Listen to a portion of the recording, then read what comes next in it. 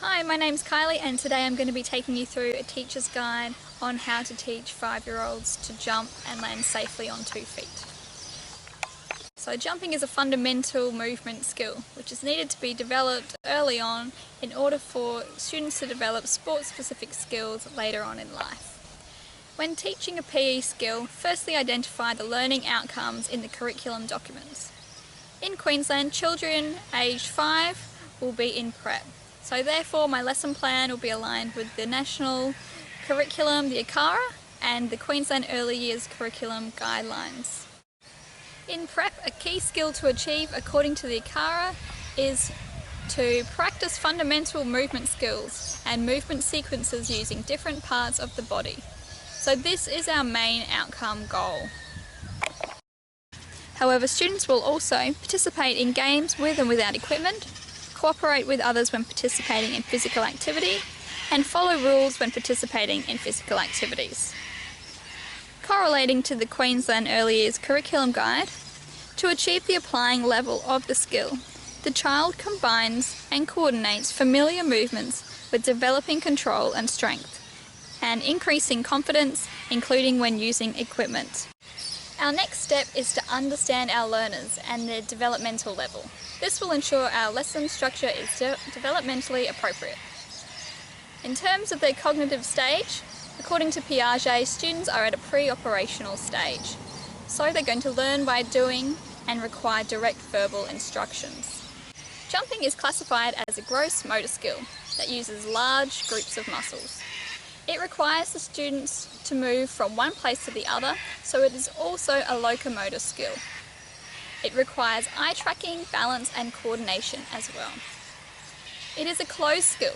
There is a definite beginning, middle and end, so it's beneficial to break it down into parts and then have it as a whole.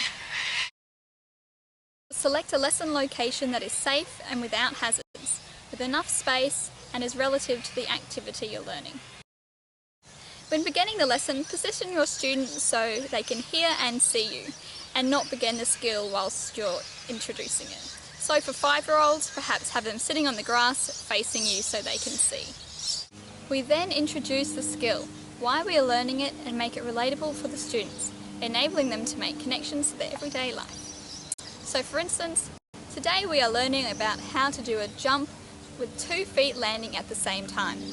Jumping is something you might do at home or in the playground, so today we're going to perfect our jumping techniques so we land safely. Jumping is a form of aerobic activity, which means our heart rate increases when we are jumping, which helps to keep us healthy. It's important to learn how to land safely when we're jumping because this is going to protect our body, especially our knees. First, you need to test for prior knowledge and understanding of the skill. This can be done by demonstrating a jump and asking yes or no questions about the technique. For example, put your hands on your heads if you think I landed on 2 feet at the same time.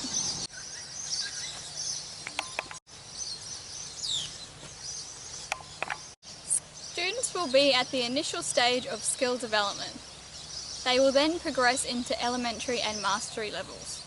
I will adopt a direct instruction teaching methodology as well as the practice model. This was selected to ensure students learn the skills correctly and ensure their safety at a young age. A more student-involved manner may result in poor skill development and safety concerns. I have chosen to introduce the landing of the skill first. This is because it is the part of the skill that has the most safety concern. And when doing a jump, they will always need to land it, so it's best that they know how to land safely. First of all, we need to explain to the students that when we land, we make sure that we are landing with 2 feet together with bent knees, and it's a whole body action. Give the students 20 seconds of practice time by themselves during the landing position. Short bursts of activities are developmentally appropriate for young children's cognitive development. After this, reiterate an aspect of the jumps, perhaps the arm position, and have a further 20 seconds practice time. After students can safely demonstrate the landing of the jump, you can then teach them how to do the beginning and middle parts. So make sure that you use teaching cues that will break up the jump and ones that students can relate to. So perhaps divide it into beginning, middle and end, so 1, 2 and 3, and use teaching cues such as using your motorbike arms, reaching up high to the stars and then finishing with motorbike arms again. Firstly, we will look at jumping on the spot. I'll break the skill down even further to beginning, middle and end. To begin the jump, students need to have bent knees, arms out front in their motorbike arms. They need to pull their arms back, and it's a whole body movement. They need to reach up and land with their knees bent, arms out and eyes looking forward. Changing the activities often is recommended when working with young children. So I'll modify the activity by teaching the children to jump forwards. Use the same cues, introduce one new idea, and have students practice it again. Games can then be incorporated into practice. Remind students to use correct skills during games and use the same teaching cues. Thank you for watching my jumping video. I hope it will be beneficial for your teaching practice.